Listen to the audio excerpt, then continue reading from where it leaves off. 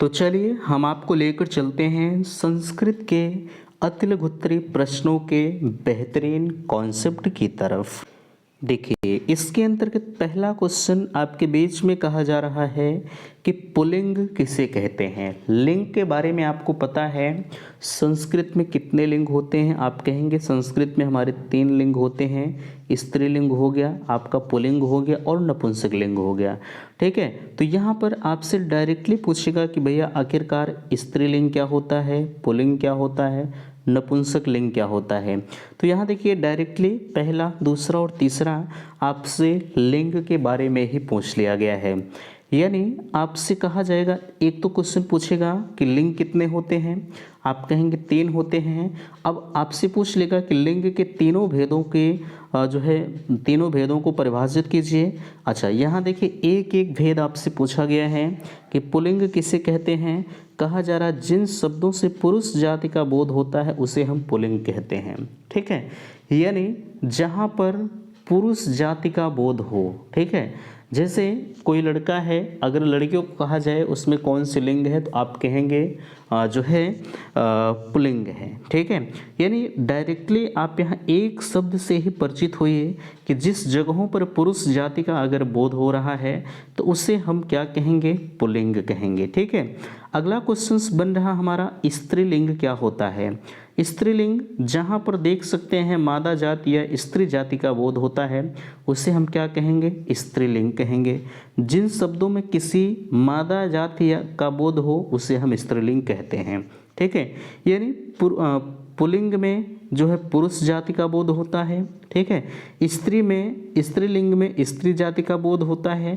अब यहाँ पुरुष और स्त्री तो दोनों हो गए, लेकिन अब यहाँ एक शब्द आया है नपुंसक लिंग। ठीक है, आखिरकार नपुंसक लिंग में किसका बोध होगा, ऐसे शब्द जो न नर और न मादा, यानी न ही वो स्त्रीलिंग हो और न ही वो जो है पुल्लिंग हो, तब कौन सी लिंग कहलाएगी, वहाँ हमारी स्त्रीलिंग कहलाएगी। ठीक है, यानी जो न ही नर जाति का बोध हो और न ही मादा जाति का बोध हो उसे हम क्या कहेंगे, उसे हम नपुंसक लिंग कहेंगे। ठीक है, तो यहाँ भी आपको समझ में आ गया होगा। अगला क्वेश्चन हमारा बन रहा है जो है वचन का अर्थ बताइए। वचन कितने होते हैं, देख सकते हैं संस्कृत में वचन आपके 3 होते हैं, एक वचन, द्विवचन और बहुवचन। लेकिन उससे पहले यहाँ वचन का अर्थ क्या होता है। संज्ञा एवं सर्वनाम की संख्या का बोध कराने वाले शब्द जो है वो वचन कहलाते हैं। यानी कहा जा रहा है संज्ञा, किसी वस्तु या स्थान के नाम को हम संज्ञा कहते हैं। ठीक है, सर्वनाम मीन्स सबका नाम। ठीक है, तो यहाँ वही चीज़ कहा जा रहा है जहाँ संज्ञा और सर्वनाम की संख्या का बोध हो। जैसे यहाँ 3 है तो ये क्या कहलाएंगे, ये बहुवचन कहलाएंगे। यहाँ 2 है तो ये क्या कहलाएंगे, द्विवचन कहलाएंगे। कोई संख्या, किसी संख्या 1 है तो वहाँ एक वचन कहलाएगा। यानी यहाँ पर संख्या जाति का बोध हुआ कि नहीं हुआ, आप कहेंगे बिल्कुल हुआ। ठीक है, तो यहाँ स्पष्ट वही कहा जा रहा है कि वचन का अर्थ बताने वाले जो शब्द होते हैं या संज्ञा एवं सर्वनाम की जो संख्या का बोध कराने वाले जो शब्द होते हैं उसे हम क्या कहेंगे, वचन कहते हैं। ठीक है, अगला क्वेश्चन हमारा है संस्कृत भाषा में कितने वचन होते हैं। मैंने आपको अभी बताया कि संस्कृत भाषा में आपके 3 वचन होते हैं, जिसमें आपका पहला है एक वचन, दूसरा है बहुवचन और दूसरा है द्विवचन, तीसरा है बहुवचन। ठीक है, ये आपके तीनों वचन पाए जाते हैं। ठीक है, अगला क्वेश्चन देखिएगा, कहा जा रहा है नीति वचन सुभाषितान सूक्तियों का हिंदी से संस्कृत बनाना है। ठीक है, नीति वचन है, सुभाषितान की सूक्ति है, उसको हमें हिंदी से संस्कृत बनाना है। तो कैसे हम करेंगे, पहला देखिए कहा जा रहा है कि सत्य की जीत होती है असत्य की नहीं। ठीक है, सत्यमेव जयति नानृतम। ठीक है, ये इसका अर्थ है। ये तो घरों के दरवाजे इत्यादि जगहों पर लिखा रहता है कि सत्य की जीत हमेशा होती है। भाई कहावत भी लोग कहते हैं कि सत्य कभी जो है हारता नहीं है, सत्य की हमेशा विजय ही होती है, चाहे वो विलंब भले हो। लोग कहते नहीं हैं कि लेट होगा लेकिन हमारी विजय होगी, है ना। यही चीज़ है। आगे कहा जा रहा है कि सभी धनों में विद्या धन श्रेष्ठ है। विद्या धनम सर्वधनम प्रधानम। ठीक है, यानी सभी धनों में जो हमारी विद्या है वो बिल्कुल श्रेष्ठ होती है। अगला क्वेश्चन से आचार्य परमो धर्म है। ठीक है, आचरण श्रेष्ठ धर्म है, यानी जो आचरण होता है वो बिल्कुल श्रेष्ठ धर्म होता है। यानी कहा जाए आचार्य परमो धर्म, ये आचरण जो है वो श्रेष्ठ धर्म की जो है ये इसका इंग्लिश वर्ड होगा। ठीक है, चलिए अगला क्वेश्चंस आपका बन रहा है, देखिएगा कहा जा रहा है कि निम्नलिखित हिंदी वाक्यों का संस्कृत में अनुवाद करिए। यहाँ देखिए ये हिंदी वाक्य थे, ये संस्कृत में हुआ। ठीक है, अब यहाँ आ रहा है संस्कृत से संस्कृत में अनुवाद करना है, हालांकि वही चीज़ें यहाँ भी दी जा रही है। कहा जा रहा है नदी कोस भर टेढ़ी है, ये तो अनुवाद है। ठीक है, कहा जा रहा है नदी कोस भर टेढ़ी है। अगला कहा जा रहा है लोभ मोह मनुष्य के शत्रु होते हैं। ठीक है, जाहिर सी बात है भैया, हमें लोभ नहीं करना चाहिए। कोई चीज़ हमने देखा नहीं, बस उस चीज़ पर हम लोभी हो गए कि नहीं वो चीज़ मुझे चाहिए। किसकी बहुत ज़्यादा मोह भी मनुष्य की शत्रुता जाहिर करती है। ठीक है, चलिए अब इसका आपको जो है संस्कृत में अर्थ बताना है, तो उत्तर दिया जा रहा है क्रोसम कुटिला नदी। ठीक है, नदी कोस भर टेढ़ी है। अगला क्वेश्चन है लोभ मोह मनुष्य के शत्रु होते हैं, तो लोभ मोह च मानव से शत्रु अस्तः। ठीक है, तो यहाँ तक मुझे लगता है कि आपको आ गया होगा। थोड़ा सा अगर अनुवाद आपको पढ़ना होगा तो अनुवाद के नियम को भी जानना होगा। हालांकि मैंने यहाँ डायरेक्टली इस चीज़ को लिख रखा है। ठीक है, ये कोई याद करने वाली वो चीज़ तो नहीं होती है, लेकिन अब यहाँ डायरेक्टली हम क्वेश्चन आंसर पर चल रहे हैं, तो हमें क्वेश्चन आंसर ही बताना है, ना कि आपको अनुवाद के नियम बताना है। ठीक है, जो चीज़ें मुझे कहना है मैं फैक्ट कहता हूँ, मुझे उसमें कहने में जो है हिला हवाली नहीं करनी है। ठीक है, चलिए अगला क्वेश्चन कहा जा रहा है, जैसा कि आप देख पा रहे हैं, देखिए कहा जा रहा है कि निम्नलिखित संस्कृत वाक्यों के हिंदी में अनुवाद करिए। यहाँ देखिए संस्कृत वाक्य दिए जा रहे हैं, अब इससे आपको हिंदी में अनुवाद करना है, तो संस्कृत वाक्यों का हिंदी में अनुवाद कीजिए।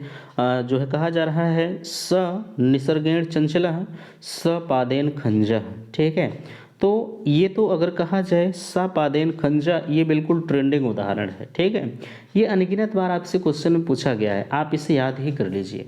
ठीक है, चलिए कहा जा रहा है स निसर्गेण चंचल, वह स्वभाव से चंचल है, और स पादेन खंजा, वह पैर से लंगड़ा है।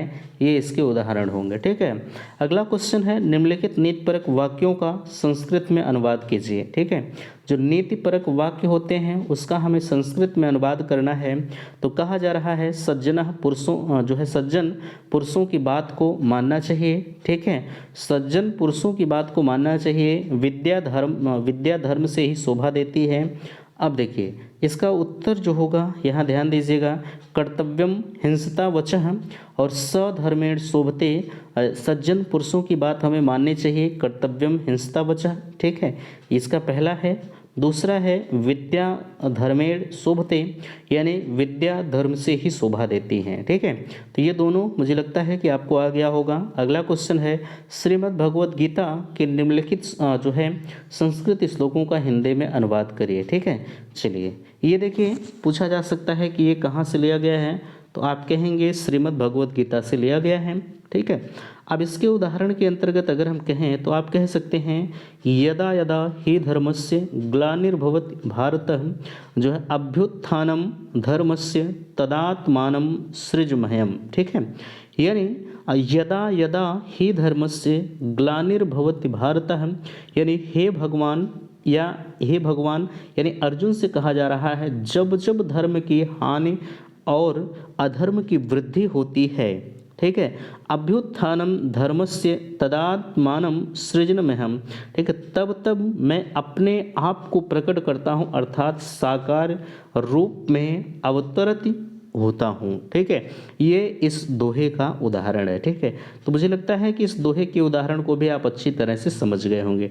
ठीक है, चलिए अगला क्वेश्चन आपका बन रहा है, देखिएगा बिल्कुल आसान से क्वेश्चन अब आ रहे हैं आपके बीच में, जो है किन्हीं दो पशुओं के नाम लिखिए। ठीक है, किन्हीं दो पशुओं के नाम लिखना है। मैंने यहाँ चार चीज़ों को दे रखा है। कुत्ता दिया गया है, सारमेय, इसी को हम कुक्कुरह भी कहते हैं। ठीक है, शेरह, इसी को हम सिंह कहते हैं।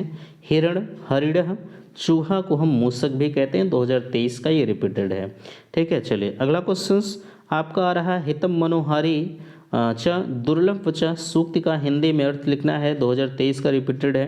ठीक है, अगर कहा जाए इसके अर्थ को, तो हितकारी एवं मनोहर वचन आपके दुर्लभ होते हैं। ठीक है, हितकारी एवं मनोहर वचन जो होते हैं वो आपके दुर्लभ होते हैं।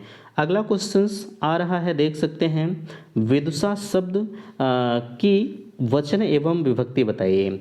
अब यहाँ देखिए, ये तो आपका रूप याद करने के लिए आ गया। अब रूप को आप कैसे याद करेंगे, जाहिर सी बात है ये भी समस्या है। तो देखिए, विदुषा शब्द का वचन एवं विभक्ति बताना है तो बाबू विदुषी जो है विदुषा शब्द जो होता है इसका आपको पूरा रूप ही याद करना होगा। बिना रूप याद किए आपका कल्याण नहीं है, ठीक है। तो तृतीया विभक्ति एक वचन का जो रूप होगा, तृतीया विभक्ति एक वचन विदुषा शब्द इसका रूप है, ठीक है। अगला क्वेश्चन है, भगवत शब्द का स्त्रीलिंग एवं पुल्लिंग दोनों में प्रत्यय विभक्त के सभी वचनों के रूप लिखिए, ठीक है। तो भवत शब्द जो होगा पुल्लिंग होगा और स्त्रीलिंग भवत का भवाम होगा, भवंतो होगा, भवंतः होगा, और इसका स्त्रीलिंग भवति, भवत्यो, भवत्यः, ठीक है। ये इसका स्त्रीलिंग होगा, ठीक है। तो ये भी उम्मीद करते हैं कि आप सभी समझ गए होंगे। अगला आपके बीच में आ रहा है, देखिएगा, अच्छा वही चीज़ देखिए इधर है। चलिए यहाँ देखिए, अगला पेज आपके बीच में आ चुका है। देखिए कहा जा रहा है 15, 18, 20 संख्याओं के संस्कृत में नाम लिखिए। देखिए आपके यूपी टेट लेवल में कभी कभी पूछा जाता है, कभी कभी क्या हर बार पूछा जाता है, कभी कभी की कोई बात ही नहीं है, ठीक है। वहाँ डायरेक्ट आपसे पूछा जाएगा कि 20 दे देगा, इसका आप संस्कृत लिखिए, 19 दे देगा, इसका आप संस्कृत लिखिए, ठीक है। तो थोड़े से कठिन कठिन शब्द दिए जाते हैं। देखिए यहाँ जैसे 19 दे देगा तो 19 हो गया, यानी 20 से 1 कम हो गया, ठीक है। तो यहाँ 15 दिया जा रहा है, पंचदशन हो गया, 10 5 15, ठीक है। अष्टादशन हो गया, यानी 10 8 18, विंशति हो गया, विंशत अगर दे देगा तब तो आप समझे जाएंगे, ठीक है। तो ये भी आपका हो गया, ठीक है। चलिए अगला क्वेश्चन है, 15 का पंचदशन होगा, 18 का अष्टदशन होगा, 20 का विंशति होगा, ठीक है। चलिए अगला क्वेश्चन है, क्रीड धातु का रूप लंग लकार प्रथम पुरुष तीनों वचनों में लिखिए। तो अक्रीडत, अक्रीडताम, अक्रीडन, ये आपके क्रीड धातु के तीनों वचनों के रूप के अंतर्गत आएंगे, ठीक है। चलिए अगला वाला क्वेश्चन देख सकते हैं, 15 एवं जो है 19 संख्याओं के संस्कृत में नाम लिखिए। पंचदशन हो गया, 19 हो गया, इसी को हम ऊनविंशति भी कहते हैं, ठीक है।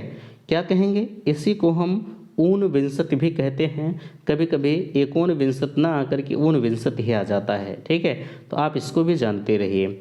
अगला क्वेश्चन है जो है 19 संख्या को संस्कृत में किस प्रकार से लिखा जाता है, 19 ऊनविंशति, आप किसी तरह से लिख दीजिए, ठीक है। दोनों ही आपके सही होंगे, कोई दिक्कत आपको नहीं है, ठीक है। चलिए अगला क्वेश्चन है, निम्नलिखित पशु पक्षियों के नाम संस्कृत में लिखिए। गधा हो गया, तोता, मछली, बकरी। गधा का गर्दभ होगा, मछली का मेन होगा, तोता का सुकह होगा और बकरा का अजा होगा, ठीक है। तो जैसे पूछा जाएगा, गधा को हम संस्कृत में क्या कहेंगे, आप कहेंगे गर्दभ कहेंगे। मछली को हम क्या कहेंगे, आप कहेंगे मेन कहेंगे। तोता को हम क्या कहेंगे, तोता को हम क्या कहेंगे, आप कहेंगे सुकह कहते हैं। और बकरी को हम क्या कहेंगे, आप कहेंगे अजा कहते हैं, ठीक है। चलिए ये हो गया। अगला क्वेश्चन कहा जा रहा है, मुनिभि शब्द किस विभक्ति एवं और वचन में है, ठीक है। तो मुनिभि शब्द जो होता है वो तृतीया विभक्ति बहुवचन का रूप है ना। कौन सा, मुनिभि शब्द जो होता है वो किस विभक्ति और वचन में है, तो मुनिभि शब्द जो होता है वो तृतीया विभक्ति बहुवचन का रूप है, ठीक है। अगला क्वेश्चन है जो है युष्मभ्याम, युष्मभ्यम शब्द किस विभक्ति और वचन में, देखिए बार बार आपसे वचन और रूप पूछे जा रहे हैं, ठीक है। अब ये मत कहिएगा कि भैया आपने ये नहीं बताया था कि कौन से जो है शब्द को हम याद करें, ठीक है। मैंने आपको बहुत अच्छी तरह से बताया है। चलिए युष्मभ्यम शब्द किस विभक्ति और वचन का रूप है, आप कहेंगे चतुर्थी विभक्ति बहुवचन का रूप युष्मभ्यम होता है ना। अगला क्वेश्चन है, ध्यान दीजिएगा, न्यायात पथम प्रविचलन्ति पदम न धीरा, इस वाक्य का हिंदी में अर्थ लिखना है। तो न्यायाति जो है पथम प्रविचलन्ति पदम न धीरा, वीर पुरुष न्याय के मार्ग से विचलित नहीं होते हैं, ठीक है। चलिए अगला क्वेश्चन है, प्रश्न जो है सेवकः स्वीकार्यम अकरोत् संस्कृत शब्द का हिंदी में अनुवाद करना है। तो इसको भी आप संस्कृत शब्द से हिंदी में अनुवाद कैसे करेंगे? संस्कृत वाक्य हिंदी में अनुवाद, सेवक ने अपने जो है कार्य या अपना कार्य स्वयं या खुद किया, तो आप इसका देखिएगा। ठीक है, कहा जा रहा है सेवकम स्वीकार्यम अकरोत्, इसका हिंदी आपको लिखना है, तो सेवक ने अपना कार्य स्वयं किया। ठीक है, अब यहाँ देखिए कहा जा रहा है संस्कृत में लकार कितने होते हैं, नाम लिखिए। संस्कृत में लकार आपके 5 होते हैं। ठीक है, लट लकार हो गया, लंग लकार हो गया, लिट लकार हो गया, लोट लकार हो गया, विदलिंग लकार हो गया। 2023 का रिपीटेड क्वेश्चन है। ठीक है, चलिए अगला क्वेश्चन से निम्नलिखित या अधोलिखित संस्कृत लिखिए। ठीक है, सरसों हो गया, शरीफा हो गया, कटहल हो गया, पीपल हो गया।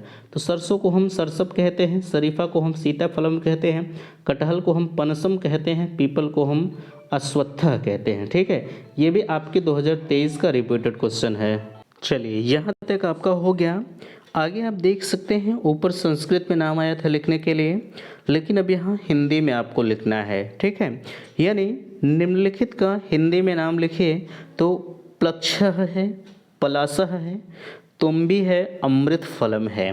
ठीक है, अब यहाँ प्लक्षा का क्या होगा, वट वृक्ष जिसे हम गूलर कहते हैं, आपने देखा भी होगा गूलर। पलासह का जिसे हम ढाक कहते हैं, तुम्बी का छोटा टुकड़ा या कद्दू तितलौकी जिसे हम कहते हैं। ठीक है, या अमृत फलम को हम नाशपाती कहते हैं, जो कि आपने अपने दैनिक जीवन में देखा भी होगा, बहुत बड़ी चीज़ नहीं है। ठीक है, तो क्या यहाँ तक की चीज़ें आपको समझ में आई कि नहीं आई, प्लीज़ मुझे अवश्य बताइएगा। बाकी अगर आपको इस पीडीएफ की ज़रूरत है तो बिल्कुल आप इस पीडीएफ को भी प्राप्त कर सकते हैं। ठीक है, तो वीडियो पसंद आया होगा तो प्लीज़ वीडियो को लाइक कीजिएगा, शेयर कीजिएगा, और आप अपना फीडबैक मुझे अवश्य दीजिएगा कि हाँ यहाँ से दी जाने वाली चीज़ें समझ में आई है कि नहीं आई है। ठीक है, तो मिलते हैं आपसे नेक्स्ट अगले वीडियो में, तब तक के लिए थैंक्स, धन्यवाद।